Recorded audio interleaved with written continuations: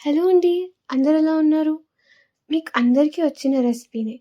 కానీ చపాతీ ఇలా పొంగాలంటే కొన్ని టిప్స్ నేను చెప్పేస్తాను. ఫాలో అయిపోతే ఖచ్చితంగా పొంగుతుంది. ఫస్ట్ ఒక కప్ గోధుమ పిండి తీసుకోండి.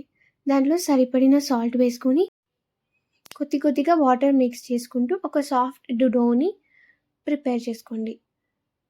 పిండి అంతా ఒక ముద్దలా తయారైన తర్వాత దాంట్లోకి ఒక హాఫ్ టేబుల్ స్పూన్ ఆయిల్ వేసుకోండి. నాకు వాటర్ 3/4 కప్ వాటర్ అయితే సరిగ్గా సరిపోయింది. మీరు చూసి అడ్జస్ట్ చేసుకోండి. పిండిని ఎంతసేపు ఒత్తుకుంటే అంత సాఫ్ట్‌గా వస్తుంది. ఒక 15 మినిట్స్ రెస్ట్ ఇవ్వాలి. ఇచ్చిన తర్వాత వాటిని ఈక్వల్ సైజులో డివైడ్ చేసుకోవాలి. డివైడ్ చేసుకున్న వాటిని ఫస్ట్ లడ్డూలా చేసి దాని తర్వాత ప్రెస్ చేసుకుంటే చాలా రౌండ్‌గా వస్తాయి.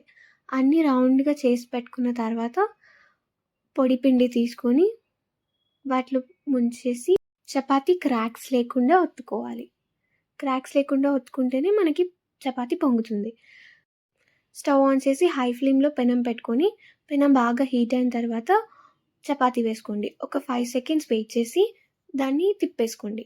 తిప్పేసిన తర్వాత ఒక 30 సెకండ్స్ వరకు కొంచెం పైన బుడగలొచ్చేదాకా వెయిట్ చేసి తర్వాత ఇలా స్టీల్ దానిపైన వేసుకుంటే చపాతీ పొంగుతుంది. మీరు ఎన్ని సార్లు ట్రై చేసినా ఇలాగే వస్తుంది. గుర్తుపెట్టుకోవాల్సిందేంటంటే చపాతీకి అస్సలు క్రాక్స్ ఉండకూడదు.